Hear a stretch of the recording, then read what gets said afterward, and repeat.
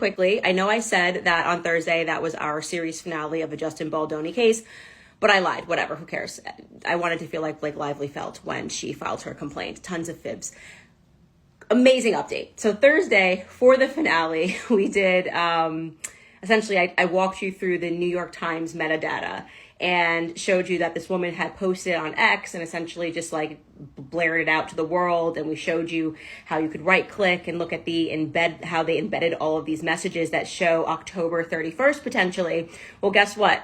Yesterday, so our episode was on Thursday. Yesterday on Friday, Brian Friedman, Justin Baldoni's lawyer, amended their lawsuit against Blake Lively, and they included the New York Times data, which we showed you guys on the show. And what's really cool about it, TMZ is reporting it and some other outlets, is the fact that Brian Friedman is giving credit to the internet sleuths. Like typically they leave us out. It's like the moms hunting, us sending emails, you guys sending me emails at info@candace.com, that all of us discussing it. And typically they just like cut you out and they're like, oh, we discovered this. No, Brian Friedman says, due to public interest in this case, we have now stumbled upon this and we're therefore amending this because we think that it shows that she was plotting before.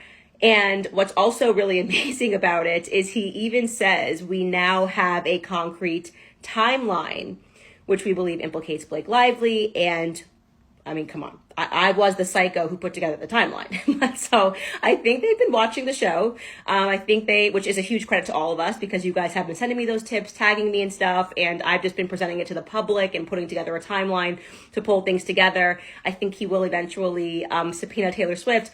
But here's what's even greater. On Monday, they're going to court because two things. Blake is trying to gag them. I don't think that's going to go through. How can you try to say you're playing this in the press when the entire reason we got here was because you tried to play this in the press? Like you went to the New York Times to try to take him down and to set a public narrative. And now that it's backfiring, you want out. But the craziest part of the entire thing is Blake Lively says, like they met the other day, like the lawyers got onto a call and she's basically saying that she does not want to sit down for a deposition with Brian Friedman.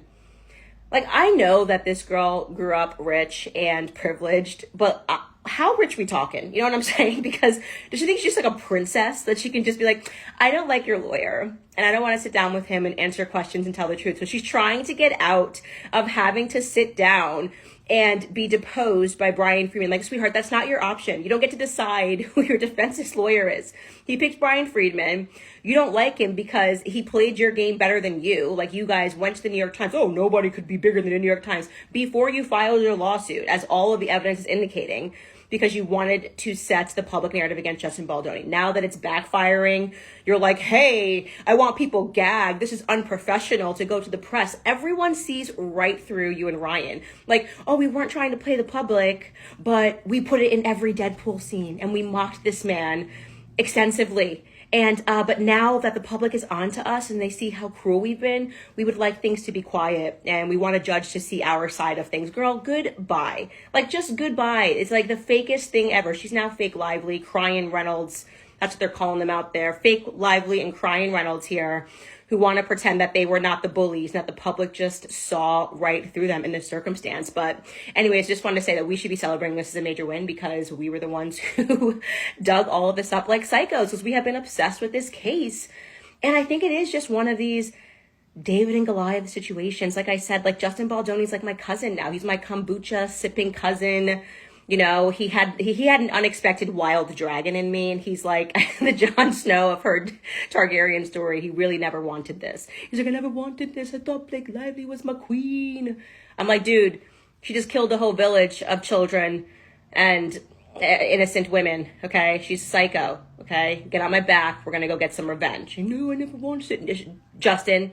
He's like, why'd you vote for Trump? Justin, stop. It doesn't matter who voted for Trump. Get on my back. We're gonna go get some revenge. Okay. Anyways, it's been amazing.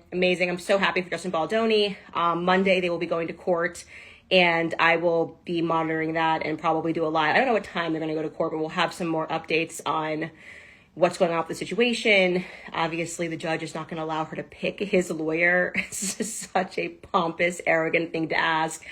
And yeah, this is her perfect karma. Played it in the public, and now the public is playing, girlfriend. Anyways, had to give you guys an update. You can go check that out. I'll link the articles that are talking about Brian Friedman amending their complaint against Ryan Reynolds and Blake. I'll see you guys probably on Monday.